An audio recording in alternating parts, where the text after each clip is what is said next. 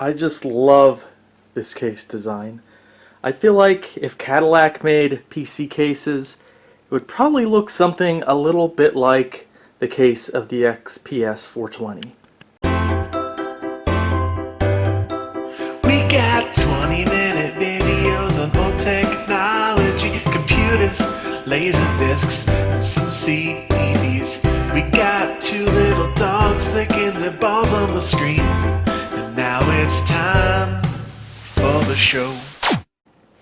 Hey guys, today we're going to be looking at a machine that's not so retro. This might be the newest PC I've gone over on this channel. Maybe. I did that Steam machine, which was about the same as this, so maybe not, but this is up there. This is one of the newer machines that I've looked at on here, but it is kind of old as far as electronics go. So this is the Dell XPS 420. This is from around 2007. It has a Core 2 quad in it, and oh, he's playing with his toy.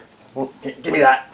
Give me that. So this came out around 2007, as I said before, and I really like this case. I generally don't care for like the later, we're getting into the late 2000s kind of OEM machines. I just don't care for them. Even like the Dell Dimensions, where they start to getting the black gray case, the charcoal case, and the Pentium 4s. I thought those were really hideous, but I really like this case. It's all black. There's silver on the sides. XPS. It's got a real I don't know, what do you call that when it's reflective, like a black piano finish. It just looks really slick. It has an LCD screen up on top, which is kind of useless, but we'll talk about that. And I just like it. USB 2.0 ports, audio. I think, what is that? 1394. Is that FireWire? See, okay. I have never used FireWire before. I've just never had a reason to use it. So I'm not familiar with FireWire, but I think that is FireWire, excuse me, maybe 800 or something. I'll check. But anyways, why do I have this machine? Well, this was given to me by someone, the previous owner, who was the original owner of it, and it had died.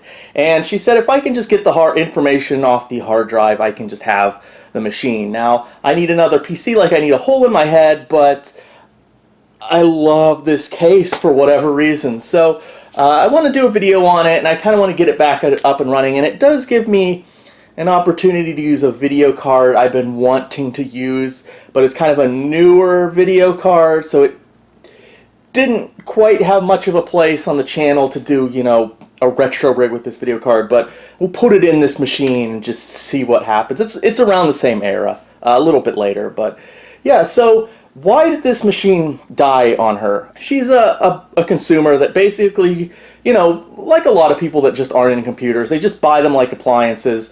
And this was bought, never opened since like 2007, put it on a computer desk in a room, and it's just pretty much run consistently for the past like decade plus. And it eventually died, and it was the power supply that died, because I took out the power supply, hooked up a different one, and it booted right up. But this thing is filled with dust. I mean, other than when I opened it and swapped the power supplies, this thing has not been opened or cleaned or maintained or anything since 2007. So I'm going to clean it out first. I haven't done that yet, but I just want to show you real quick inside. So here's the inside of it. Pretty easy to open. It's just a latch you pull. The side falls off, which I need to be more careful about because I almost crushed the poor doggy. So anyways, yeah, it doesn't look super dusty, but believe me, it is. So I took out the video card when I opened it the first time. I forget what it was, just some generic sort of PCIe card. But let me show you the heatsink here. So here we are with the heatsink assembly clear, and yeah, there's all kind of dust. Fan is real dusty. Here's the heatsink itself, pretty caked on there. It's probably only a matter of time with this machine anyways, with all that dust, so definitely needs cleaning. I do like the inside, the layout of this machine. A decent motherboard, a very clean layout until I kind of pulled it all apart. But yeah, I do like this machine for a later OEM Dell machine. Now, That is a Core 2 quad. I think that is the 2.4 gigahertz, the earlier one. I might try to upgrade that if I have an extra Core 2 quad around. Gotta clean this thing out. Alright, so no seagulls out here, but maybe we'll see a scorpion or something. So, yeah, nice copper, at least it appears to be copper plate and heat pipes on this, which is nice. Didn't look like they didn't cheap out too much, so.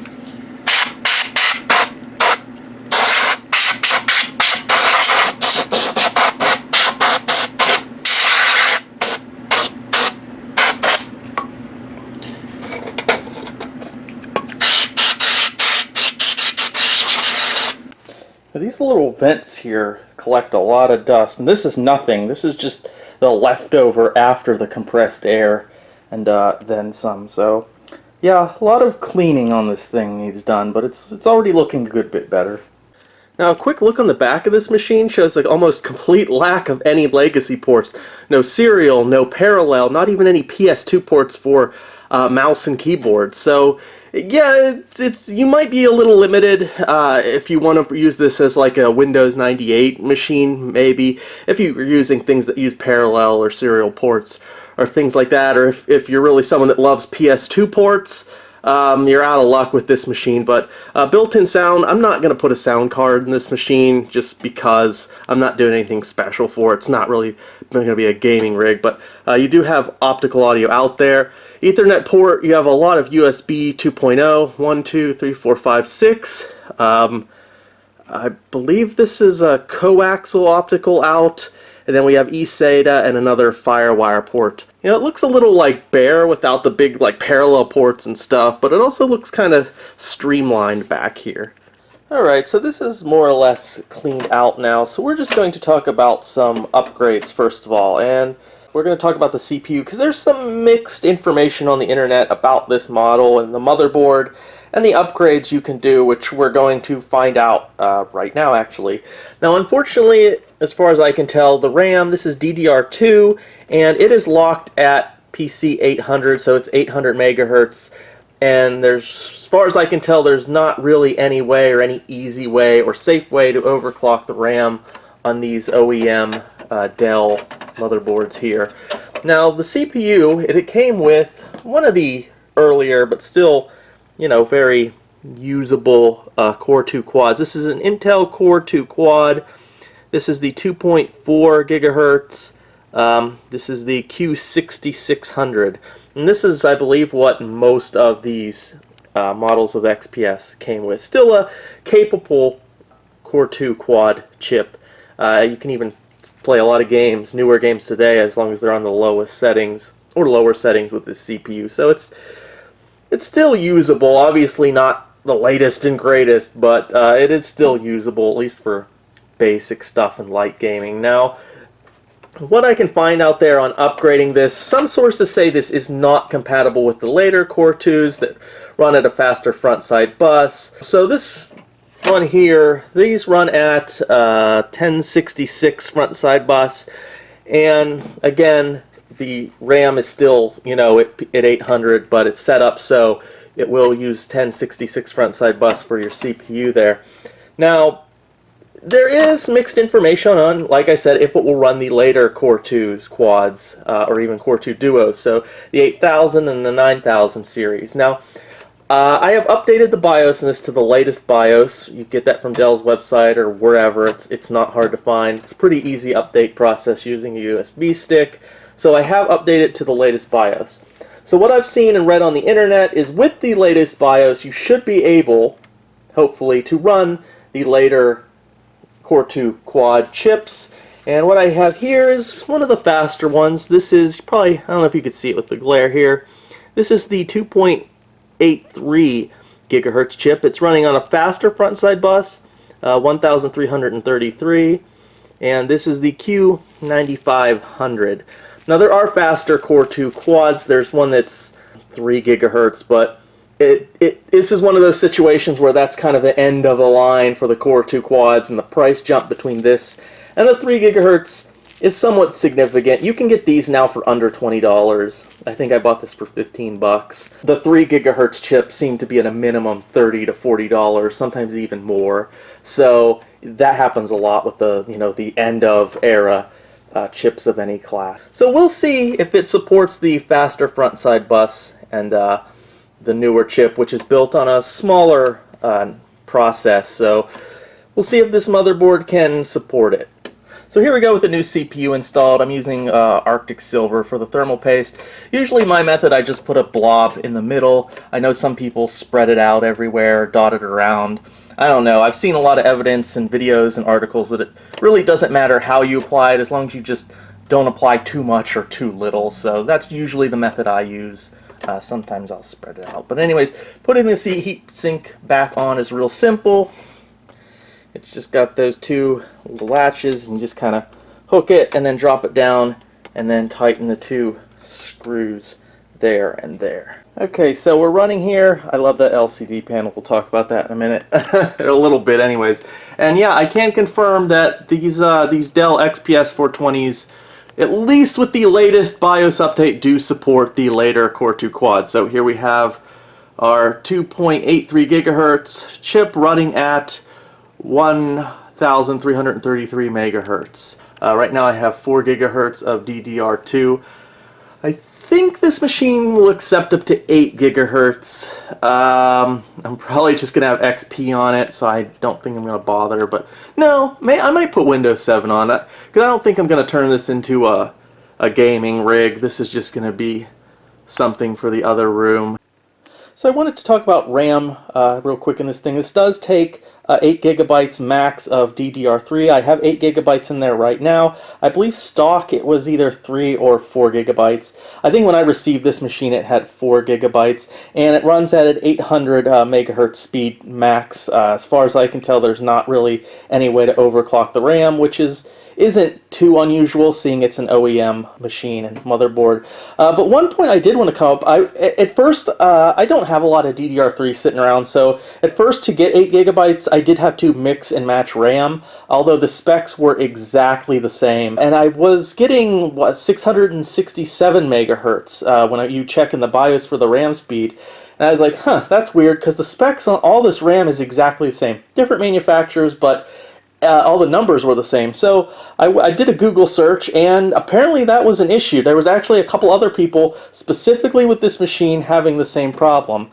So I did some more digging, and I did find 4 sticks of 2 gigabytes of DDR3, 800 megahertz, same manufacturer, and I put them in and it worked.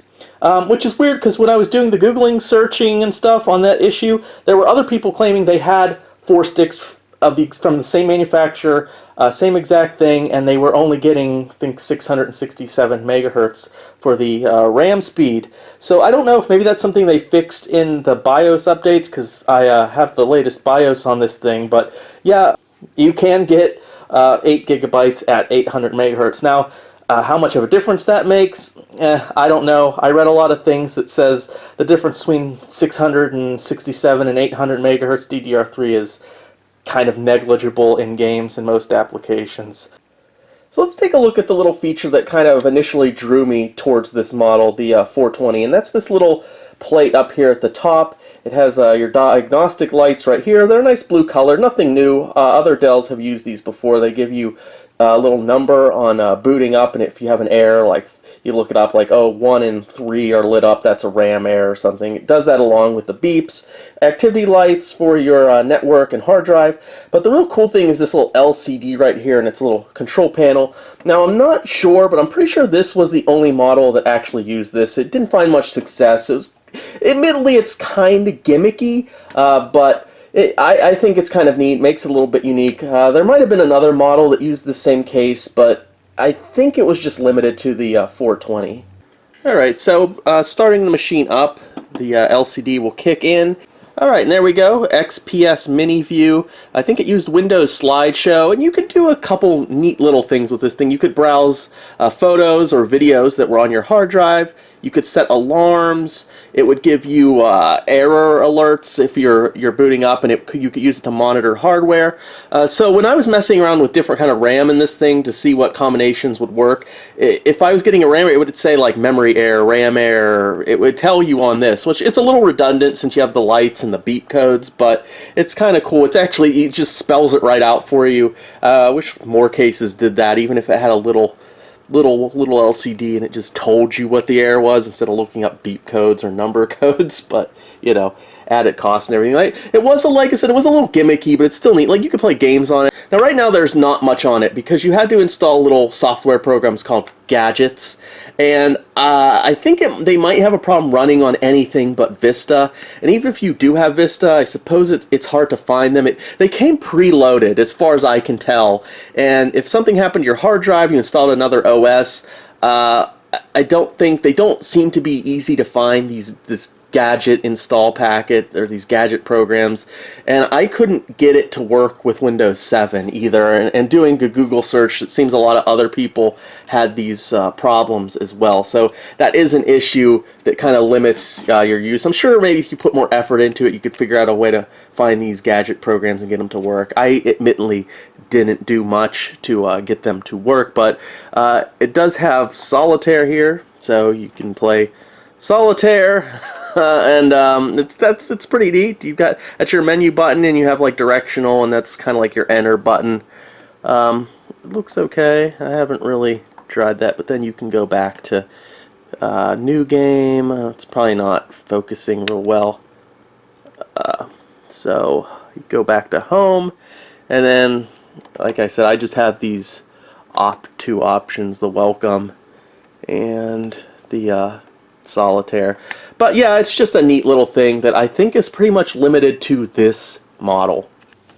Well, since the power supply in our Dell has died, I'm going to at least temporarily be replacing it with this guy. I just got this actually, still sealed, 750 QR from EVGA. Should be more than enough power that we need for this project, but the card I am using is pretty power hungry. My only concern is it's not quite proprietary, where the power supply goes, but it is like a little bit, so I'm worried that I might have a little bit of trouble kind of fitting this in, actually installing this in the tower, but we'll see how it goes. So hopefully this will work out just fine. This is just temporary. After this video, I'll probably mess around with it a little bit, and then I'll probably put in a more modest wattage power supply and a less power hungry graphics card in it, and probably use it as a backup or a secondary computer. But for the purpose of this video now, I'm going to put in something a little bit more powerful than what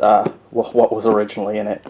So here's where the power supply goes in this case. There's this weird like little prong grippy arm here. So it's kind of proprietary, but kind of not. Just to see if it worked, I kind of had this in there. This is just a 430 watt Antec standard, ATX power supply, and it would fit in.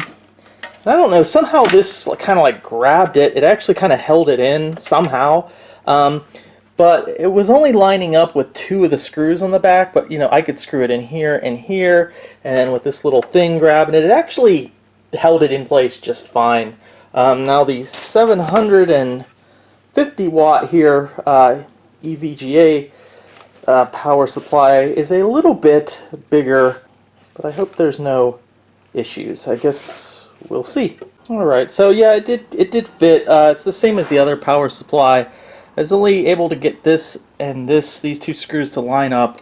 It didn't line up here or here. You can see there's like a gap of space right here. So it doesn't quite fit perfect, but it's quite secure. It's secure enough. So actually, it's very secure. I think you're fine just using non-proprietary or not the power supply that is meant for this case. But it's perfectly secure in there. So yeah, everything's hooked up except for the video connector. So I guess we will talk about that now. All right. So for a video card, this card was actually something I picked up off Craigslist, I believe, and it was for a Windows XP machine build project. In the end, I kind of decided to not go the multi-GPU route for various reasons. When I get to that video one of these days, I'll talk about that. But I just decided to go with a single GPU for that build. So I've had this card just laying around, and it's kind of neat, and I just wanted to try it in something. So I figured this would be a good opportunity. So here we have the GeForce GTX 295. Now this is a dual GPU card, so it's basically two GPUs on one video card. So if you had, say, a build, or you had a motherboard that only had one PCIe slot, and you really want to do like an SLI setup, but you only had one slot, this would be the card for you. Or if you had two PCIe slots and two of these cards, then it would be like a quad setup. I believe you could do that with this card. But anyways, I believe this was the fastest card of 2009. Don't quote me on that. But it's basically two GeForce, I think, GTX 280s that are downclocked to the speed of GTX 260. So, but it's still a pretty powerful card. I believe it has kind of a weird amount of RAM. Yeah, 1,792 megabytes, so just under 2 gigabytes of VRAM, but I don't believe that's like unified. I believe the memory is like a little under 1 gig, sort of like on each. So it'd be like having two cards with a little under 1 gig of memory on each card. I believe that's how it works. But anyways, this is supposedly like a very fast and powerful card. So even today in 2018, for what I've seen, you can still do some gaming on this thing. Probably not at the highest optimal settings, and not games that use, the latest DirectX. I think this is only a DirectX 10 card, I think. If I remember, I'll either verify or correct that in editing. But yeah, this is a pretty nice card, still pretty powerful. I believe that's 2 DVI. Yeah, 2 DVI ports, no HDMI, which is weird. Although some variants might have had HDMI port. I think there was probably like a For the Win version too that might have been clocked a little higher or whatnot. So one thing about this card it is fairly power hungry, especially being two GPUs on one card. It is power hungry, so that's why I have the beefy power supply I decided to go with. I think the minimum requirement for this is maybe a 600 watt power supply, I think, but you're always better off going with. You can't really have too much of a wattage power supply, so I just went with the 750. I had a good deal on that power supply, so that should be more than enough for this card. But as you see here, it takes an 8 and 6 pin connector. Built on the 55 nanometer process, I believe, the GPUs on here. But anyways, I've been wanting to use this card. I've had it. I got it because, I wanted a really powerful sort of Windows XP card. And yeah, there are more powerful cards than this that will work with XP, but I didn't want to go too new. But like I said, in the end, I decided to just not go the SLI route with that build. So this has been sitting around, and I want to use it, and I think this would be a good build for it. It's around the same period. This is 2007, 2008 build. This is a 2009 video card. Close enough. So let's put it in, and let's see what kind of performance we can get. So here we are with everything installed. Here is the GTX 295. It fits pretty snug. This little bar just sets on top. It connects just fine. Power's connected. We've got our CPU upgrade. We've got our new power supply. Got the hard drive. This was the one that was in this machine, so I'm guessing it's the original. It's dated 2008, and it's a 320 gigabyte SATA drive. I have that connected here, so we're all good. I actually even put in a wireless card too, just for easier internet connectivity. Alright, so let's look at some gameplay here. Now all of these games are at 1024 by 768 with the exception of Fallout 3. I'm not exactly sure what the resolution numbers are, but it's very close to that resolution. 1024 by 768 for some reason was not in the menu options, at least not on my version. All of these games are running at the absolute highest preset that the game allows, no anti-aliasing, and remember, you can always turn down settings to get higher FPS rates.